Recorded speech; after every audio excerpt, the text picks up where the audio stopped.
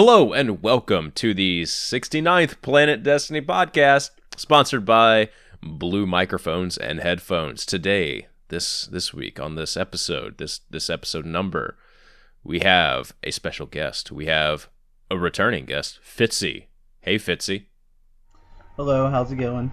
Oh, we're doing good. And if Fitzy's on, you guys know we're getting ready to talk about Iron Banner from last week. Oh yeah, because this guy does the community a massive service every time Iron Banner comes around. Well, almost every time. Are you going to keep doing this whole grinding thing forever? I think I'm gonna do it every event. I don't know about 300 every time, but Should dock it down to like 200 maybe.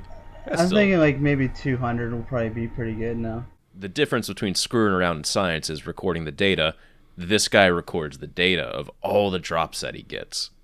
From the end of game rewards, from packages, from everything, basically. Map rotation. I think your work was one of the big things that helped put some changes in motion from Bungie this time around. So, without further ado, you got the data with you, man? You got the data? You got the goods, Fitzy? You got it, man? Of course I have the goods, of course. Yeah. I'm fiending.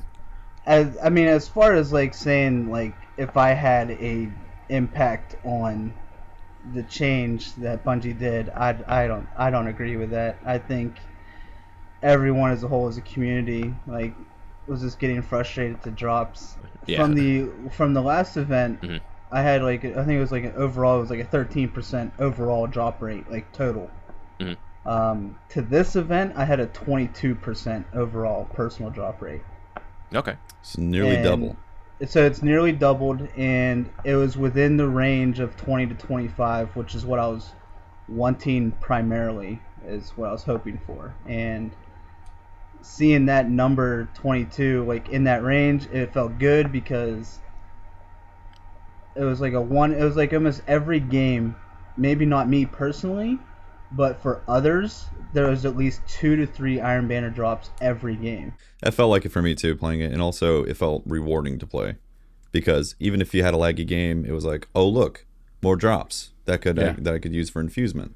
Look at that! I got 335 boots. Yeah. Mm-hmm. You know, look at that! I got a 335 primary. It was good all around. Yeah, it was definitely a rewarding event for sure. Probably one of the most rewarding events to date in the game's history, I think. And it wasn't more so this time about the grind for like a really good roll on a weapon. It was more so infusion fuel for like even like your character or other characters. So that played out to like be really good for a lot of people.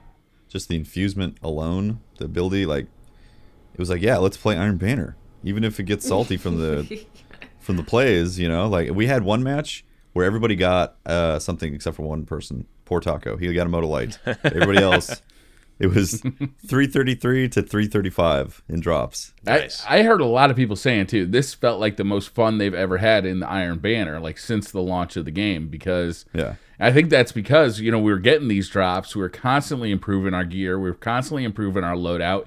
Even if you didn't want the Hakon's Hatchet auto rifle or the rocket launcher, you know, you probably had another heavy weapon or another primary that you did want to infuse. So you're constantly getting this dopamine drip of awesome gear. So even if you had a bad match or you had a really laggy match, you know, you forgot about it as soon as you got your loot drop, and you're kind of thinking, oh, what am I going to do with this? What am I going to infuse it into, you know?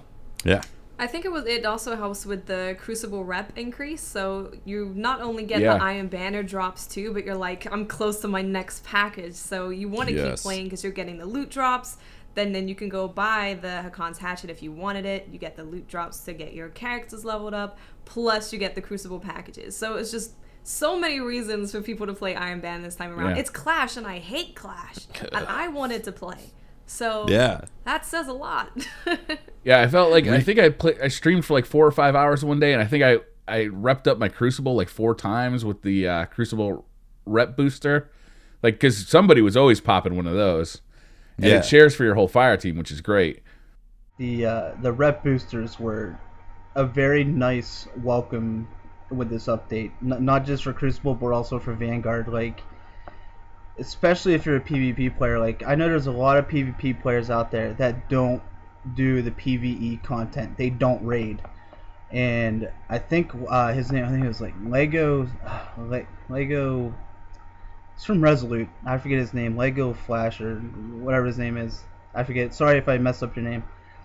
I saw he posted on Reddit, and it was on the front page. He was praising Bungie for Iron Banner because he never did the raid. He never touched it, but he hit 335 light just by doing PvP. And you're getting gear that pertains to how you want to play. So if you're playing Iron Banner, you're getting Iron Banner gear that has PvP perks on it.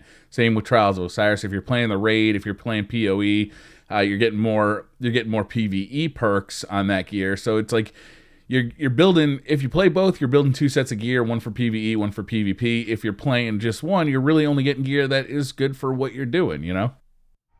Yeah, exactly. And the as far as the boosters go, I went into the event, I had 41 boosters total. Somebody bought a lot of Sterling Treasures. And I was able to level up my Crucible 21 times during Iron Banner. So you were disappointed 21 times from the drops, right? Yeah, I was actually. I was severely disappointed. And then when I was told about a video that was going around about like this whole like little trick that you could do with a year 1 special weapon, and I did it once, it didn't work. Did it another time, didn't work. Did it 3 times, didn't work. And I'm just like, you know what, screw it. I'm just going to put on my max light, whatever. And I put it on, I get a 2 to the morgue with all year 2 stuff on. I'm like, RNG is RNG. Like, I don't care what anybody says. Like, Yep. Can't control it. It's when the spin metal hats go on in Destiny, like the community takes it, by the storm. I would love to have someone's RNG to where I could get, 3 longbows. Yeah. It'd be nice. I'm a little sad that they don't stack, because I forgot I had a package and then it rolled over again. No. It was only once. It only happened once, and they were coming by so quick that I'm like, it didn't hurt me or anything. It was probably going to be a next big thing, but or an LDR with a perfect roll. Don't you say it, Brian? God damn it! I kind of wish it stacked, so you could like open up several when you go there, because you can stack them up pretty easily. If you spend the whole day in the Crucible, you're gonna get a bunch of them that day. Yeah, you're gonna be opening 3 or 4. Yeah, it'd be nice to be like, boom, boom, boom, boom. Oh my God, I got crap. And your fire team of 6. If you're going in there with a fire team of 6, that's a lot of tower strips, because they're not all happening. They're all going to be at different places. Yep. Exactly. Yeah. Yeah. That was very difficult. Like when I ran with 6-mans, and I had a booster going, we'd be like, all right, who just got a package? Well, I just got one. Okay. Well, who's close? I still need 1,000 rep. It's like, oh my God, like. You're playing one game and then going to the tower. Play one game, go to tower. So we were real concerned coming into this update with the Sterling packages, whether this was pay to win. Do you guys, like, now that we've seen it, now that we've seen what's coming out of these Crucible packages, the Vanguard packages, how do you guys feel about this? Because we're pretty concerned about this. I still have not purchased any Sterling treasures. I'm sticking to my guns on this, that I don't want to buy them because it seems like it's a very guaranteed source of these rep boosters. And while the rep boosters aren't as huge of an advantage as I initially thought they would, it's still an advantage that allows you to work towards getting some gear quicker. It's like when your neighborhood, that the neighborhood next, or like the street next door, a crack house just moved in, and that crack house is Black Ops 3 selling the drops with special weapons and all that. Oh, right. And okay. And then on your street, somebody starts to sell something that isn't as bad, but pretty close. That's what those Sterling Treasures are. The Sterling Treasure is directly linked to the crack house of Black Ops 3 in Activision. And it scares me. I'm going to have to sell my house and move. Yeah, the moment they start selling weapons to drop out of that, then that's when I'll have concern. Until then, you're relying on RNG to a massive degree to give you something. It's the engram thing. As soon as they start selling packs of engrams, like 5 exotic engrams, 10 legendary engram packs, that's when it's like, okay, what's the difference between a supply drop? If they ever did that, I would definitely not be okay with that. You're taking away such a huge enjoyment out of the game, too. Like, when you start just buying all of the stuff that you get, what's the point in even playing anymore, you know? If you could just buy a longbow, would you keep playing Crucible as much as you do? It's part of Destiny is trying to get the things that you want to get. So if you can just buy them with real money, you're taking away such a huge enjoyment away from yourself. Taking away that carrot on a stick that you're constantly chasing after. It's a big thing. It's so nice to get that drop and yell and scream how happy you are to finally get it. If you just, I mean, Three of Coins kind of did that to a certain point. It took away the enjoyment of getting that exotic finally. So if you could buy it with real money, that would be even worse. I don't think they'd ever do that. I don't think it would. Yeah, actually, I just point out the 3 a coin concept really is the closest thing to like a pay to win in the economy of Destiny. And across the board, I think the community disliked 3 coins. You know, some people liked it because they can get their stuff right away if they didn't have as much time to play the game, and I fully understand that side of the angle too. But it took away from the excitement of being like, yes, I got my year 2 Hawkmoon. Yes, I got my year 2 Mida. You know, it's like, no, I just farmed a bunch of 3 coin drops. You know? The odd thing, the only purpose of the 3 coins at this point to me is just to get rid of strange coins. It's like Bungie's way of just kind of siphoning off strange coins, because like the drop rate out of 3 coins has dropped tremendously, right? Since the beginning, when we were farming for exotics when the Taken King came out, like you'd get exotics. It felt like every 10 minutes out of that thing. Now, you know, now you run like 5-10 of them and you don't see an exotic. Like it almost feels like we'd be better off just not having them, so you didn't have to worry about popping them all the time.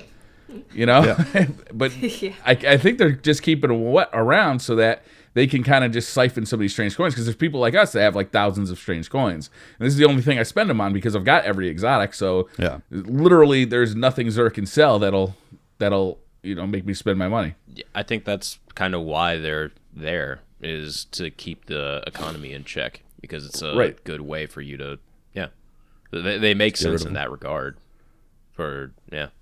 Honestly, Holtz, I think your method of buying heavy ammo and turning them into rep boosters or reputation gains is the smartest way, minus 3 a coin. You don't really get much good stuff from the rep gains. No. You can only get cool looking stuff from Future War Cult, because all their stuff looks cool. See, I'm gonna have to disagree with you there. You can only get a Icarus, Luck in the Chamber rifle barrel vanity from Future War Cult, by luck. Yeah. All I'm talking about is fur-lined armor from New Monarchy. That's all I want. That's all I need. So, Fitzy, with these Iron Banner changes, the heavy ammo change, it was very welcoming to me. I didn't mind it for Control, but for Clash, the heavy ammo change, horrible. Why? Why?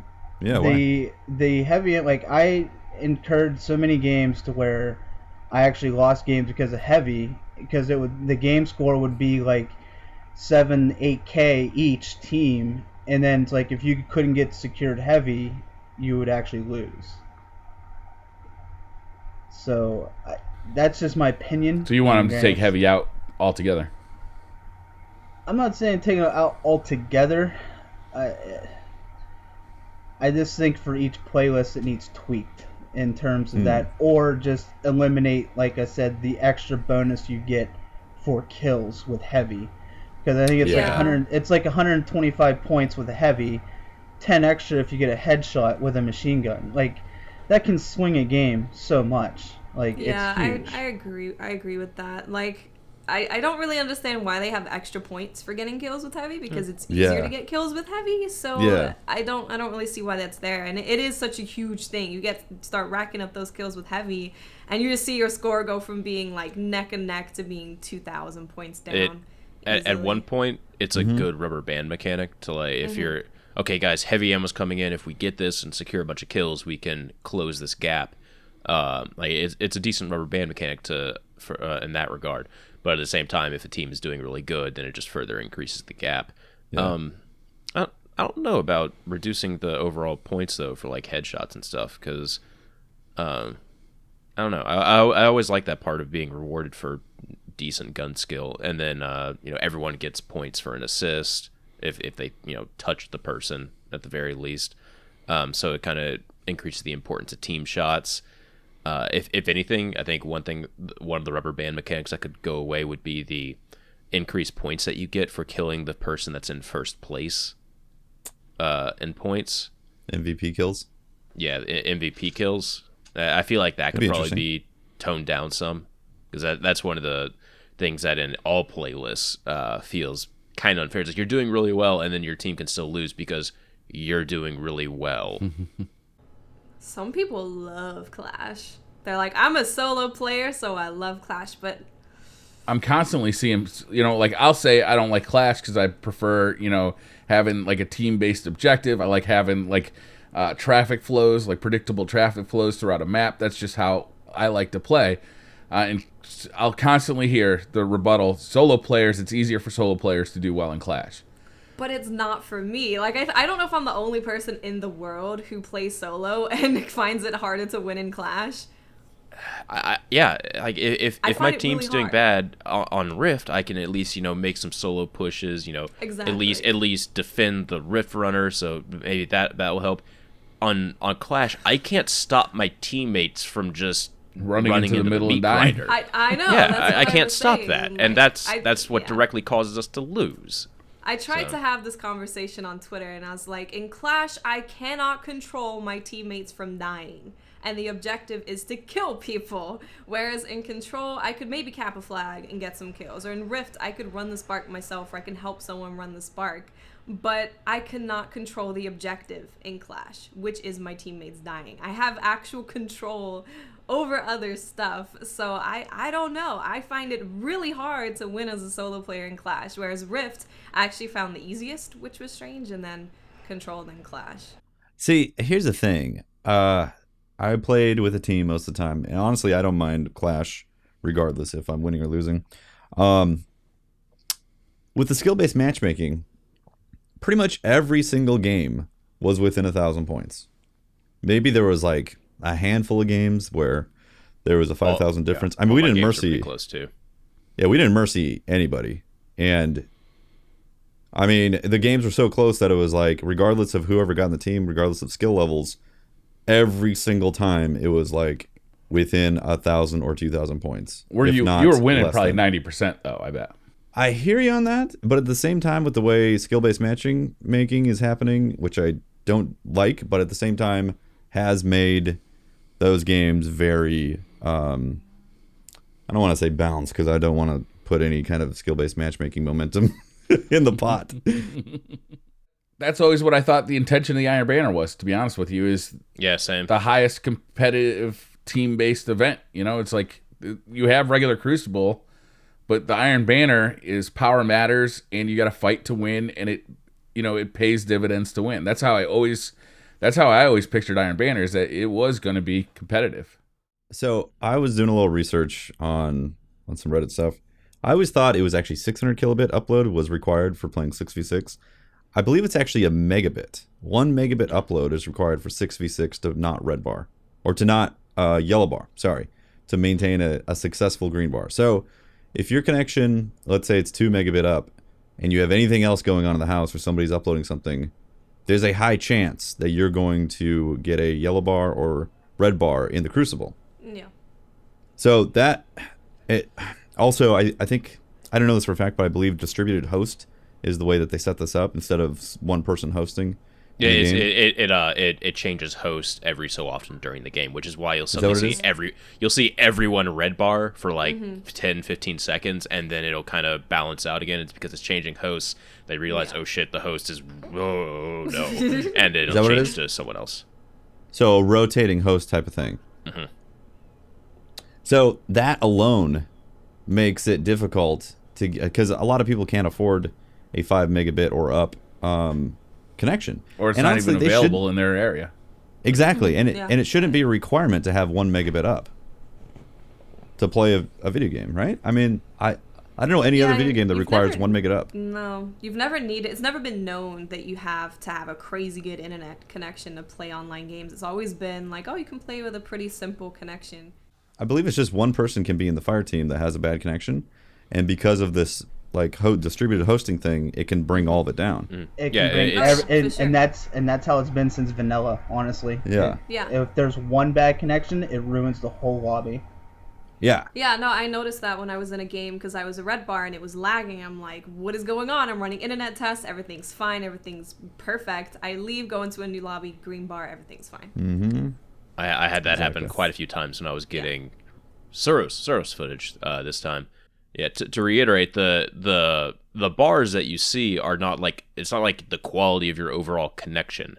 If you have a red bar, it actually, the bars represent your connection to the host. However, we don't really ever know who the host is. They should have a little star next to the person's name star. so we can blame them for all our problems. Well, they can't do that because then the lag switchers will know their host.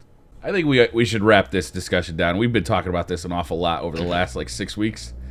Let me leave you with this last sentiment. If we had dedicated servers, then the need for 1 megabit upload would be non-existent because you would have to have 200 KB PS. What did you guys end up thinking about the Hagon's Hatchet? Did anybody like it? Did anybody love it? Huh. Love it. Do you really? Oh, really? You love it? Yeah. Is that the vendor one? I have a slightly better archetype auto rifle. I have the Paleo Contact from Dead Orbit, which has it had a better range stat, a better stability stat, and then a better overall roll. So it's that mid rate of fire. Yeah, I actually like it better for PvE than I liked it in PvP. I couldn't. Same.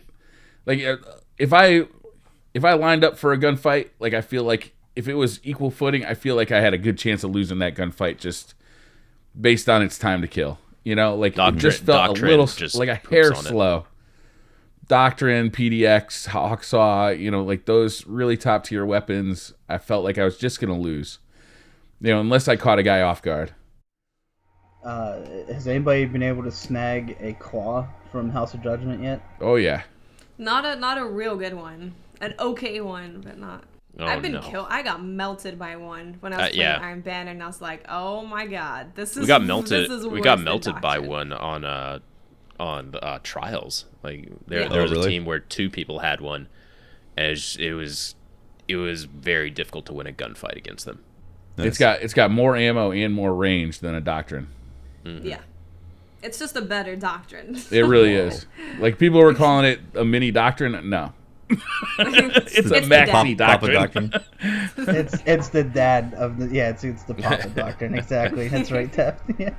So Fitzy, I have to commend you. Thank you very much for recommending the Queenbreaker's bow, because last week on Timekeeper, I think Watts, Ian and I were like, hey, let's do a fusion rifle Friday for the last card that we do. Let's just run fusion rifles.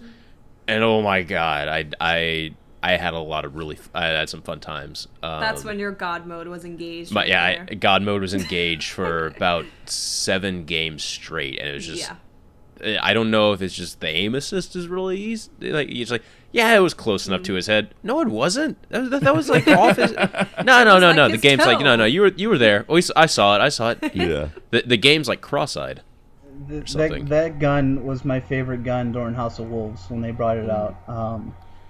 Just because it actually felt nice to actually have, I guess, a fallen themed weapon. I guess that was a sniper kinda in a way, and when you switch to combat sights, it's just holy cow. Yeah, it's good. It's basically has built-in snapshot, quick draw, whatever, and you hit the dude in a chest and they get died from a headshot. I've hit so many. I've hit so many jump headshots with it. It's insane. And the real saving grace to it is it's basically a sniper. I mean, it kills in one headshot. And then if you have 1 fusion rifle ammo increase, you pick up 12 rounds. Yeah. And if you have two fusion rifle increases, you pick up 14 rounds from each special. Jeez. It's so especially right now with the nerf to sniper ammo, you're there with your Queenbreakers running around with 20 shots right off the bat. The only real downside to it is that you can't really counter snipe. If someone's already hard scoped a lane, you can either pre-charge up and then peek right when you fire, so you dome them, or else you're gonna lose that fight. But other than that, it is a strong weapon. What did you guys? So, like, moving off Iron Banner and everything else, what did you guys think of the Trials map this weekend? Timekeeper. It was a pretty. I know Fitzy hated it. I liked it. I kind of liked it, aside from the massive imbalance that I felt. I didn't like it at all. I felt like the spawns were imbalanced. I felt like every time you wanted to move around the map, you had to move through a choke point that somebody had a sniper rifle aimed at. Like every area that you wanted to move to had a choke point, whether it was like the tunnel through the bottom or that the narrow door on the left-hand side or the donut. Like just to get to the donut, you had to go through another donut to get through there. If you spawned on the inside and you wanted to get outside, you had to just hope somebody wasn't hard scoping the exit that you were looking to get out of. I really didn't like that. I felt like it was a really slow map to play. But it was like our easiest card in weeks. I know. I don't understand. And we had inside spawn a lot of the time too. Yeah, most of the time. Yeah. Yeah, and we were, I don't know. I don't know. I ended up tweeting Derek about it, and because I saw that. The one thing that I heard from the community is like inside spawn feels you're basically in the armpit of the map, and you have to work out from there, and every corner or every place to work out from, the enemy team can get there before you, and the enemy team can hardscope it, or just have it covered with whatever form of cover that they want to have. I tweeted him about it, and apparently inside spawn won 49% of the time, and outside was 51% of the time. But see, here's the thing, though. Yeah, I know. When you stack teams that are equal skill and playing to win, it becomes a hard scoping, let's wait it out type of experience. The map was fun just to have fun on, like just run, see if you get some kills, blah blah blah. If you played it like that, it was fun. It was definitely a fun map for that. But as soon as you played against a team that was like, we're gonna win this, and you're playing in that same mindset, it was get ready to watch a reticle point in a direction for a long time. That's how it always comes down to those high skilled players. It's just hard scoping an alleyway or something. Great. Exciting to stream too. And as soon as I look away to look at chat, oh nope, they're doming me now because I wasn't hard scoping. Overall, like he's like, oh, they won 40. Well, that's because the outside team, they can really just push in and be aggressive on you. Like they have such a massive advantage on that map. Like, yep, huge advantage. And I even made a suggestion, like if it's ever going to be a trials map again, which I hope it's not. Move the outside spawn more behind the hole in the wall, out in the rock, like that little courtyard back there in that corner, to make the spawns seem like they're more diagonally from each other. Because it feels like the outside spawn is more closer to the middle of the map as opposed to the inside. And on top of that, they got the control point right there too. Exactly. And then on top of that, they have the control point. And realistically, there's only 3 avenues to get to that control point, and you can sit on top of that orange glass windowsill above the control point, above that bottom corridor, so you can just sit there with a shotty out above the doorway. Yeah, they would either need to change the spawns or change the cap point spawn to where it's like inside. So it's like, okay, you got the bad spawn in terms of angles and hard scoping and all that stuff, but if they want to just sit outside, they're eventually going to have to come into your domain. That'd have to do. Could make the cap zone like on that actual underneath portion that you can like drop down into. Because both teams have kind of sight lines into that, but they don't kind of directly spawn there. So you'd eventually have to either team would have to push into there, whereas outside team can effectively spawn in. Like, okay, we can just hold. We can hold like, this. We're just gonna sit here. I'm gonna sit here on my rock. We had multiple teams doing that, which was annoying. Yeah. I didn't hate it though, Watts. I didn't hate it. It's a strong word. So, I'm sorry. The Activision Q1 financial call was today, guys. By the way, was it? Yes, it was. There was only one mention of Destiny, though. I'm gonna quote this from Reddit. On April 12th, 2016, Activision and its partners at Bungie launched an update to Destiny, adding content. Destiny now has nearly 30 million registered players. Later this year, Activision and Bungie can plan to release a large new expansion for the Destiny universe. So, a couple weeks ago, expansion. Yes. We Thank had God they used that word. Thank God, right? Yeah, we had a lot of people going, "Hey, Deej used the word update, so are we gonna see like another thing like April or what?" So they used the word expansion this time, which is Taken King size. Yeah, so I'm remaining hopeful that later this year, whenever I think on the podcast we're theorizing in September, but I'd like to hear about this at E3. Like, I'm hoping that we're gonna start getting the drip drop of good stuff at E3, and kind of all summer long we'll keep hearing about this new Cabal raid that I'm positive is gonna be a thing. Yeah? No. You betting money? You betting sterling? But it'd be nice. Last year I thought they did a good job different. all the way through the summertime. They were telling us about the Taken King. It created excitement. It kept, even though I think it was the most boring time to be a Destiny player, was last summer, it kept me excited for the future. And so I'm hoping that we'll kind of see a return of that at E3. We'll see some big news drop, and then all summer long they'll drip feed us good stuff. Yeah, I hope so too. We need it. Last summer when I would just think about seeing those Omelon weapons, and then the new supers, I'd be like, oh man, I can't wait to see some liquid ammo in my weapons. I want a new patrol zone. If it happens on Mars, like I'd love to see Phobos opened up as a patrol zone. that'd be cool. I'm kind of hoping that we're just not going to get a raid added to the Mars patrol zone. Even though I didn't love the Dreadnought as a patrol zone, I did like some of the activities they added to it. Like, I liked how it was more varied than other patrol zones, like the Court of Oryx and finding all the fragments and like kind of the little secrets they hid around. And I thought that was really cool. I just aesthetically didn't love being in the Dreadnought, and I don't go there as much as I go to the other ones. But I do hope we get another one of those. I hope we get a raid. Yeah. I'd love to see a new PvP game mode too. Trials of Osiris, I got to be honest with you, is starting to wear a little thin for me. I think it's one of the most brilliant things Bungie ever created. But, it's been pretty much the same for a year now, and like I wouldn't mind seeing something new in that front. I want gun game. Gun game, yes. I want gun game too. Absolutely amazing in Destiny. Yeah. Like, I've thought that for so long. You have so many guns. Yeah. So many. Like, it would be Exotic perfect. primary gun game. You start out with There you truth. You start out with truth. It's the easiest weapon. Then you keep going. You end up with the Kostov. Exotic gun game. End up with the Kostov. Let's go. I want this Bungie. It'd be so fun. That would be awesome. I definitely think there will be just like getting like the vibe from like even like the daily PvE bounties like since Taken King has launched, and then you look at the new like Challenge of Elders like with the Cabal room with the ghost shells hanging in a big pile. It definitely seems like the Vex and Cabal have been slowly working their way back into the game since Taken King has come out.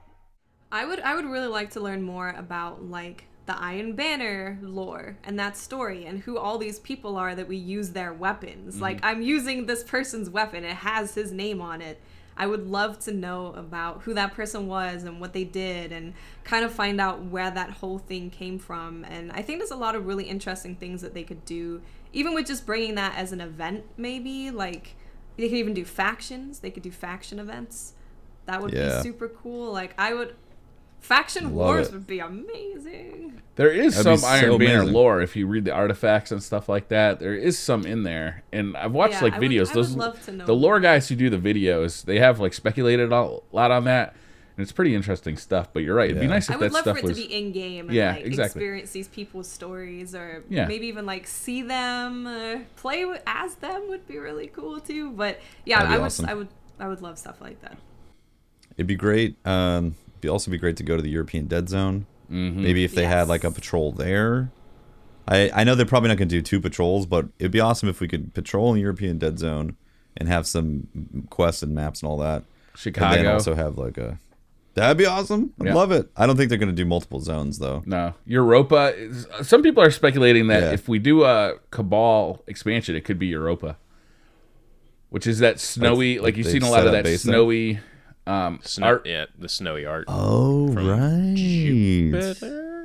I would just love patrols to keep, to have that feeling of exploration and adventure. Like I don't just want to go there and do patrol missions and like pick up spin metal. I want to go there and find this thing, and that's where the Dreadnought kind of did really well, because people were finding things and finding secrets on the Dreadnought. But I would love for them to just go with that and just run with it, and have a patrol zone really be like, okay, I'm going out there to go on an adventure, go and explore and find out more about the world or secrets of that particular area. I would love that. One of my hopes for Destiny 2 is that its patrols are much more wide open. Like there's NPCs out there.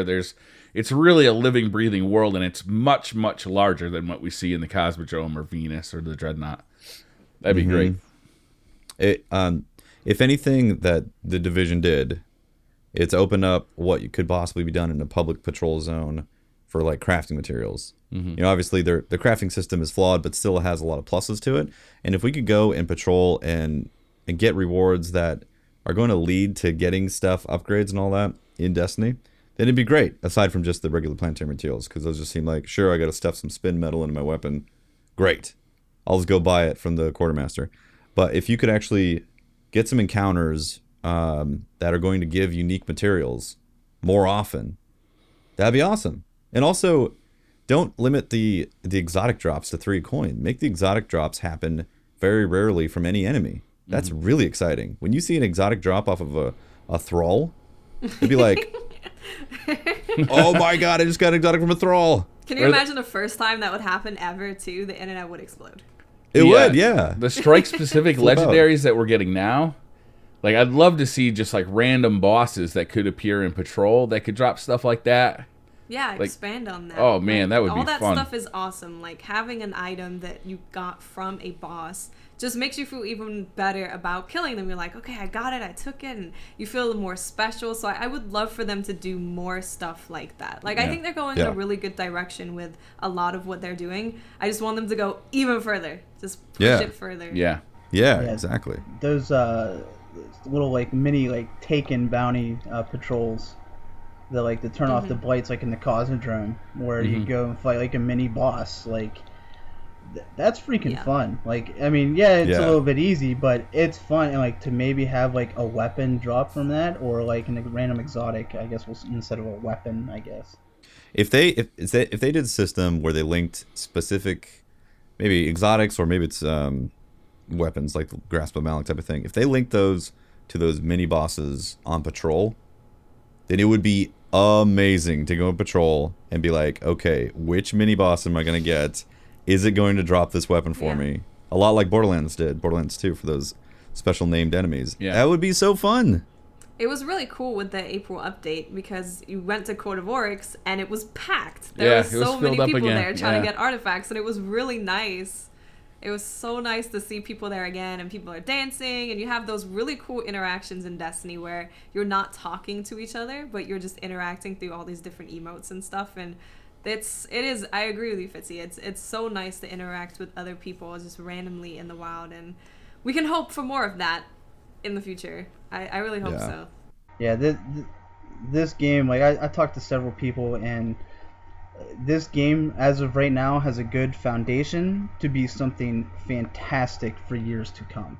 Speaking of fantastic, looking for group websites, LFG.net, we recently added in a hide and go seek feature to our Destiny LFG.net. Yeah. Go play hide and go seek. Destiny LFG.net. So go check that out if you want to go play some hide and go seek.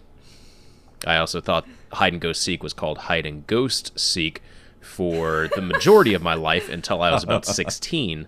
Yes, because the first time I had ever played hide and ghost seek was at Halloween, and they called it hide and ghost seek. And then forever on there, like the name hide and ghost seek, I would just hear it as hide and ghost seek.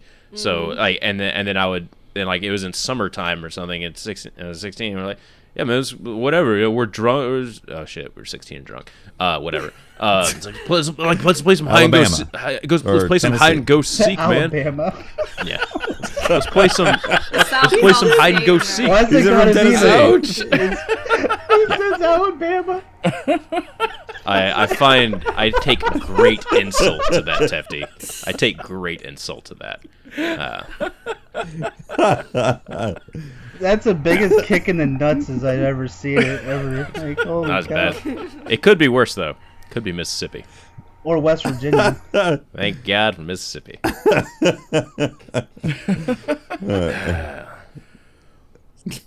I apologize to any of our listeners that have. Yeah, I don't know about matchmaking. Like, I would not be on board for matchmaking for a raid. Like, I can see the initial appeal for it, but getting in there with people who probably don't have mics, probably, they've never met each other, who knows what their loadout is, that's just a recipe for frustration. They need a better system than just matchmaking.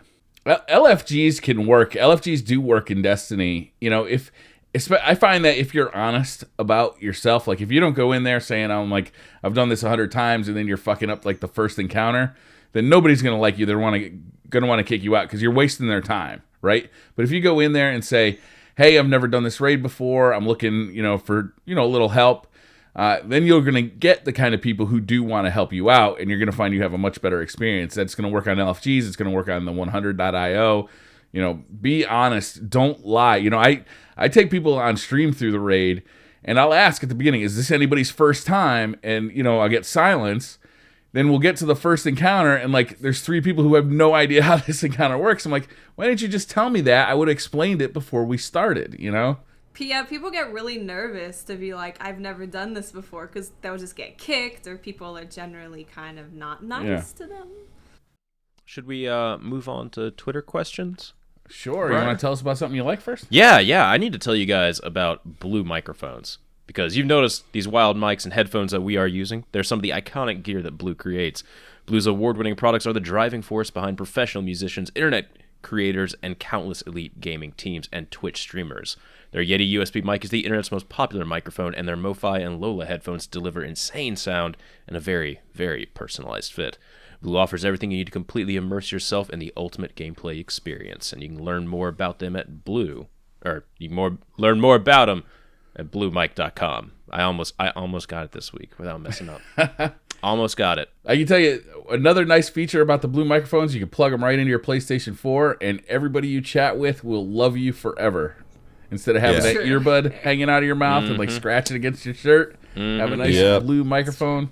Yep. It'll work with the Snowball and with the Snowball with the and Yeti. the Yeti. Yeah, regular Yeti. Yep. All right, Rich at RichGTR. I'm going to stop doing the at. I'm just going to say your name. Just say the name. That's what they want to be known by. Let's respect that. With Destiny having a 10-year plan, do you think Oryx is dead? If so, who or what will be the next boss or threat to Earth? The speaker. The speaker. Yeah, we're going to go that route. Does he have like a boss mode? Like he's going to go and then be like 100 feet tall? He's going to turn into a massive... Let's see hiding under that His mask is going to fall off. We'll see his true face. It'll be hideous. Yes. There we go. It'll make Eris Bourne look like a beauty queen. Oh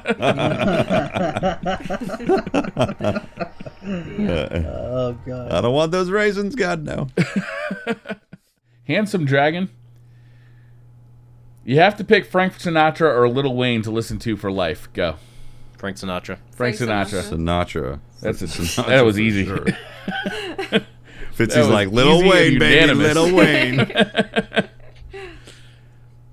Ace Pilot 003, what do you guys want most out of the presumably Taken King size expansion in the fall? Cabal raid for me, please. Ace Pilot. We talked about it a little bit. Yeah. With things with Cabal raid.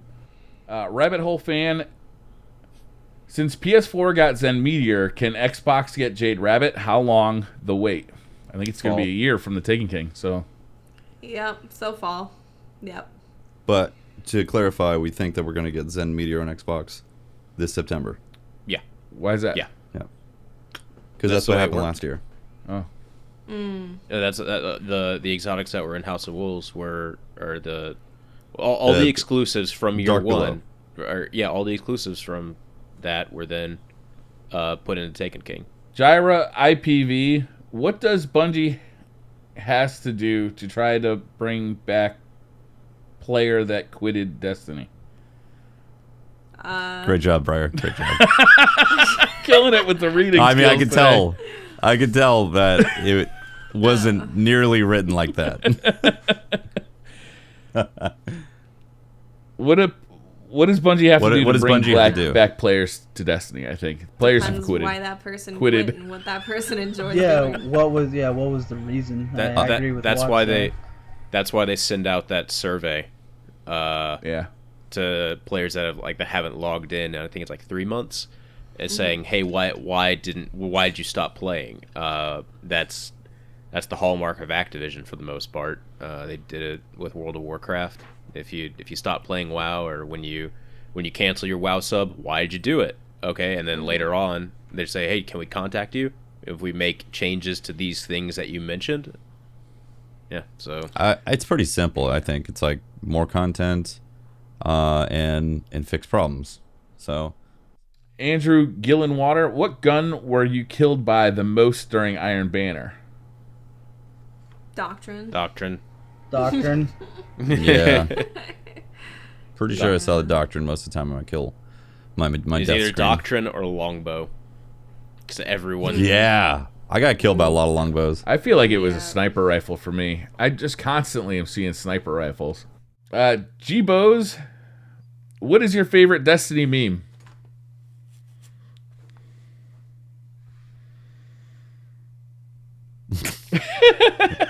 I don't know many Destiny memes. I love the one where the girl is like this and she's holding a ghost. She's like... Let me Google. Let's see. Destiny memes. Images. I feel like I'm gonna regret this. There's a bunch of stuff with Eris. I see what was that Dave Chappelle character with the cocaine character? He's just like, y'all got any more than 3 coins? Oh yeah, that's great. All right, Lou, if you were to cosplay as any Guardian, what class and subclass would you cosplay as? Night Stalker. Sunbreaker. It's just, isn't it just gonna be? It's gonna be my favorite subclass. Blade Dancer. Would it change your answers if you could get the abilities from any exotic armor in real life? No, I want bones in real life. You want bones in real life? I want jump. I want the jumping. The double jump. Yeah, I want bones. I was gonna say Twilight Garrison would be interesting, but I could never jump high enough for it to actually do anything. It's so difficult, right? Yeah, that's true. I'd dash forward and then probably just immediately crumple onto the ground. Right, splatter against some wall somewhere. Now you know what it is? You'd use Obsidian Mind, and instead of Rock and Void, you'd be a solar. So then you could cook food faster. Be like, oh, hold on, hot hands, boom. Don't worry, it charges up fast because of my helmet. Now you get the RAM for an extra health bonus. That too, yeah. Yeah. So you could tank like a bus. Don't worry, I'm wearing the RAM. It's all good. Mr. Aries, if you could create your own game mode in Destiny, what would it be? Oh god. Faction Wars. Gun game for me. Faction Wars. I would go with Forge mode. Briar wins. Yeah. AP, how long does Watts have to grow a beard before being put on PD probation?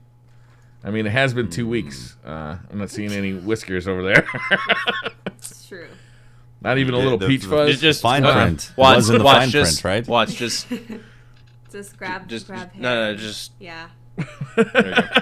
I could just sit like that the entire podcast. Yeah, just there you go. It's fine. It's my mustache. It's the only way I can grow a good mustache. Just grab Tobias and just hold him like under your chin, like there you go. Motions asks, thoughts on if everything is OP, nothing is OP philosophy to weapon balancing? I think it's a bad lazy philosophy. It's a very lazy philosophy. Yeah. We saw it. I actually played a game like that. Modern Warfare 2 was basically that. Everything was OP in Modern Warfare 2. That's pretty true. Like, there was no gun that couldn't kill you in a half a second flat from across the map. And while that game was good, it was very broken. DD Gaming, What subclass in exotic armor would you choose to survive the zombie apocalypse?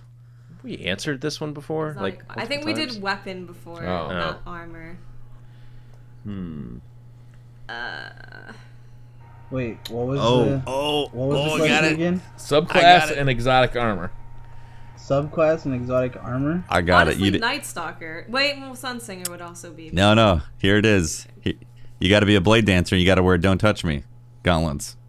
How about the Thagamizers? You go invisible. Well, I was just gonna be a Night Stalker to go invisible all the time. Mm-hmm. That'd be good.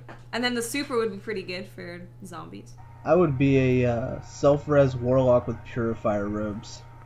I like that. That's a good answer. Yeah, these are like some good strategies going here, guys. I was thinking Sunbreaker with Thagamizers. We're all like, what does that even do? Like if you get melee, it pushes everything back. The Thagamizers? Yeah, isn't that the one? Those aren't even out yet. Oh, I'm thinking, what is that? Do you have those already? How'd you get those? Briar has them. He has hookups with Bungie. How could you, Briar? I can't believe this. I can't remember what it's called. Never mind. Feedback fences? Feedback fence. That's what I'm thinking of. Yeah. Okay, there you go. I'd probably do Helma Saint 14, Defender Titan. Just cuz. Be in a bubble? That makes sense. Yeah, bubble doesn't last forever, my friend. When your bubble runs out, That's why you punch That's why you punch everything to get your bubble back, and you just slowly move the bubble. Nah, I'm telling you, I'm sticking with this because you're going to be on the run all the time. As soon as you get like a little bit of a grab, you go invisible, and then the zombies can't see you. Ryan Sotelo. It's Cinco de Mayo. What is your drink of choice, and is it gluten free? Obviously, mine would be gluten free. I mean, I'm gonna rock a margarita if I can. We'll see. I got coffee. Are you gonna say coffee? I got coffee. I've chosen Sam Adams Whitewater IPA. I mean, I'm tonight. currently drinking water with a lemon in it. If that counts. Oh, so adventurous. I'm already 7 Bud Lights into my night, so I already came on, pretty good. Jacob Roman, what did you guys get for Mother's Day gifts? I'm not a mother, so I didn't get anything. Well, Mother's Day was like 2 months ago in England, so. Was it? Oh, wow. Also, by the way, guys, it's Mother's Day on Sunday. Just a heads up. Oh, thank God. Oh, thank God. Oh.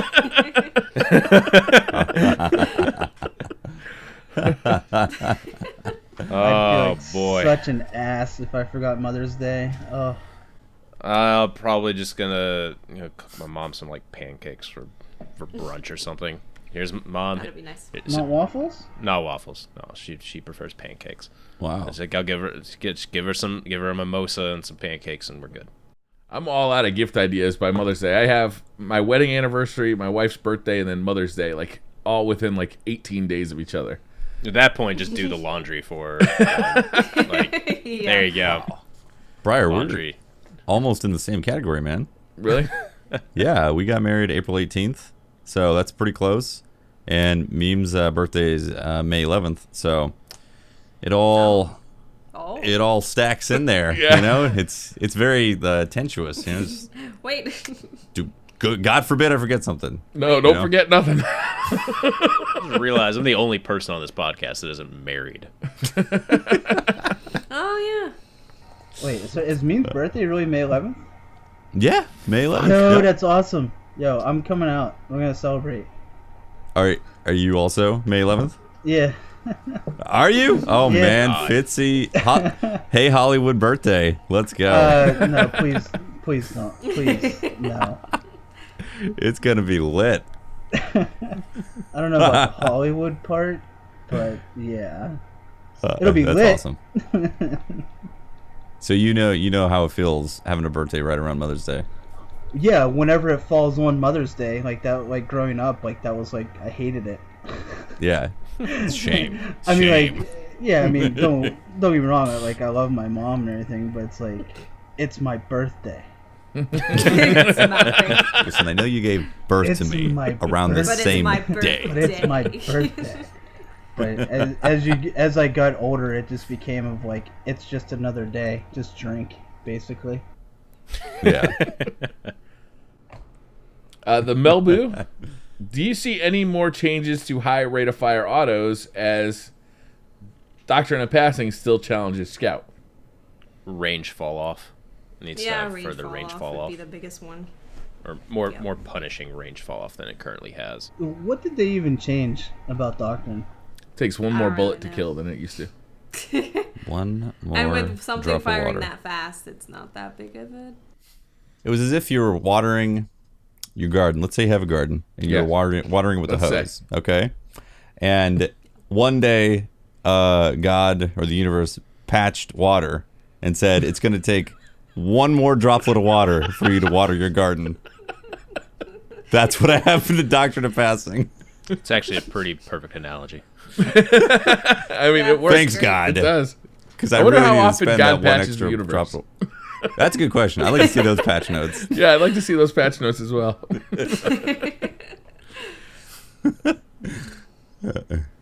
Francis Singer, what is your favorite exotic special since the new patch, and why is it Plan C? Plan C rips it up right now. I need to use more Plan C. True Vanguard's got an awesome video about it right now. I think he put it up this week or last week.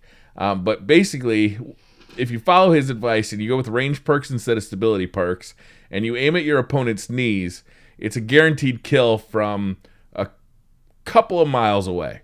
I've been using it for the last couple of days, and I've been just like laughing my ass off on stream. Like every time I get a kill, I'm chuckling. So like, what was it? So like, what's your favorite exotic special?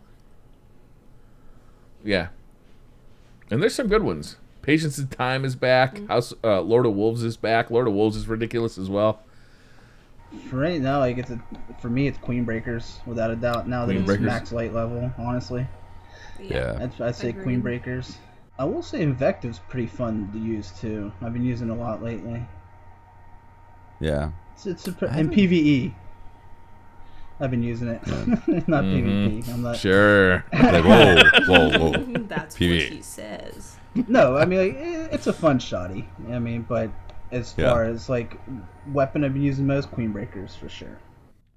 Ruck, are you going to be fully content with the current content until the fall update? You don't really have a choice.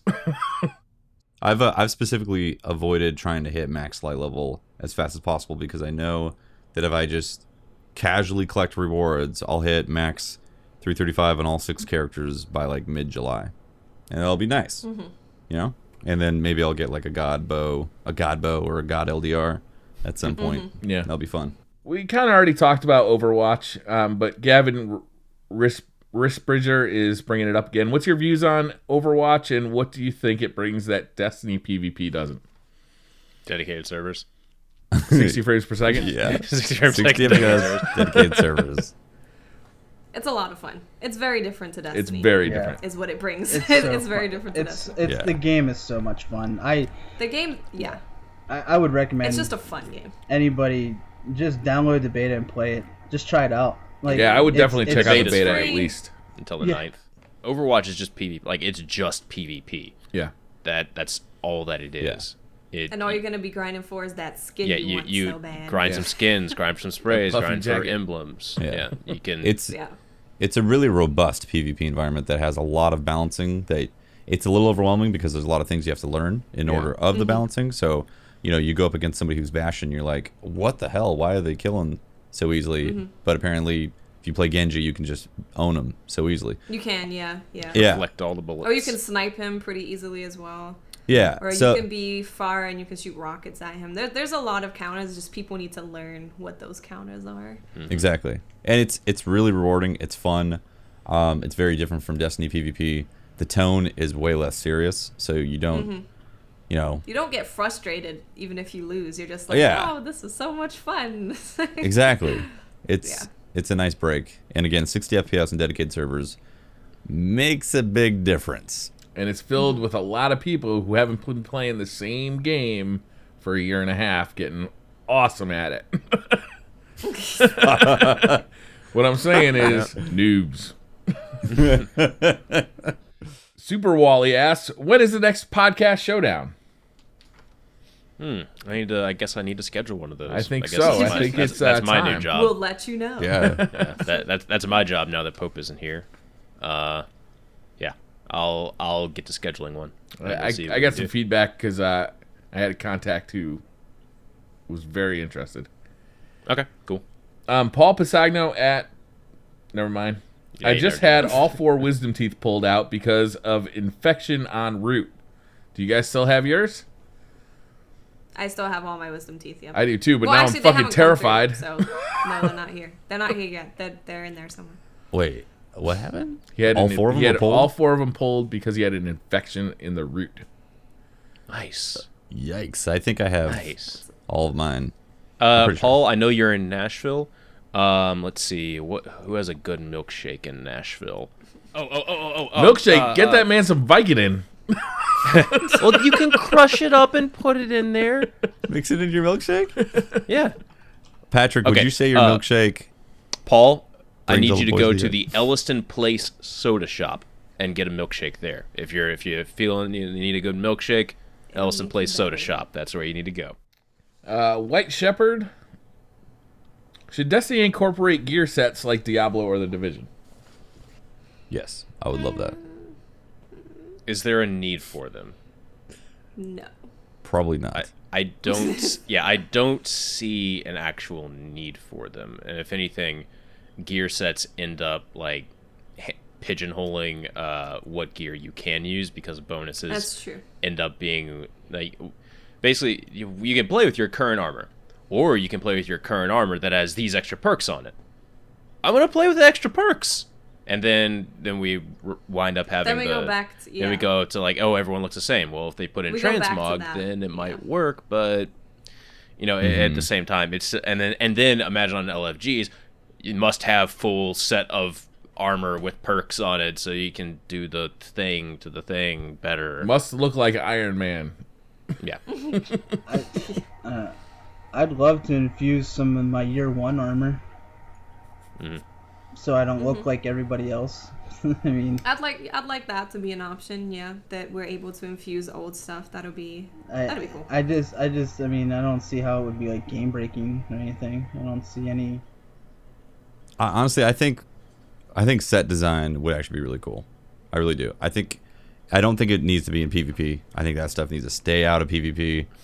We don't need special bonuses happening because you wore a full set from the raid. But if King's Fall offered you some sort of extra bonus for having full King's Fall armor, that would be pretty cool. I would like that. It would give me incentive to save a piece of armor that is specifically for that raid, and therefore when I do raid, I can have some sort of extra benefit. If it's just an extra stat boost to like my intellect or something like that, I'm gonna not care about it. But if it's something that helps with the actual mechanics of the raid, I'd like that.